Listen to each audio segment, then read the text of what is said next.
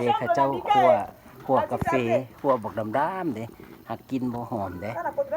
ขั่วกินบ่หอมกาแฟนี้เราเฮ็ดขนมไว้ขายเฮ็ดขนมไว้ขายพี่เฮ็ดขน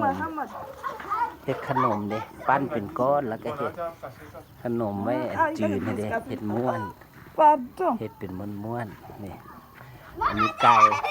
มาซื้อไก่ไปไว้กินมื้อแลงมันไปซื้อไก่ตัวหนึ่ง3,500 339กระแสนนึงแสนกีบกาแฟขั่ว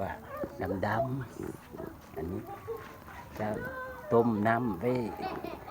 อันนั้นไว้ต้มกาแฟหม้อต้มกาแฟI'm sorry อันนี้เฮือนเขาเจ้าอยู่ในอันนั้นเฮือน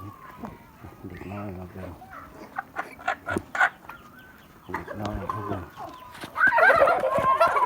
เด็กน้อยมาเบิ่งต้นบกฮู้เฮือน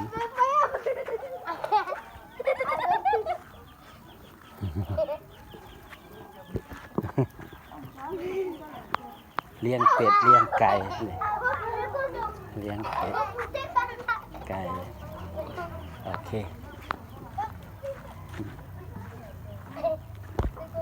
เฮ็ดขนมเก่งหลายเซบงมาดามกาโต้ is good เซบงเลี้ยง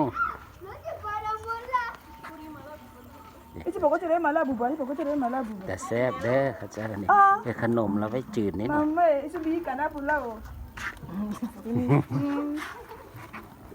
ลูกสาวเรามาแต่โรงเรียนหาก็เลิกโรงเรียน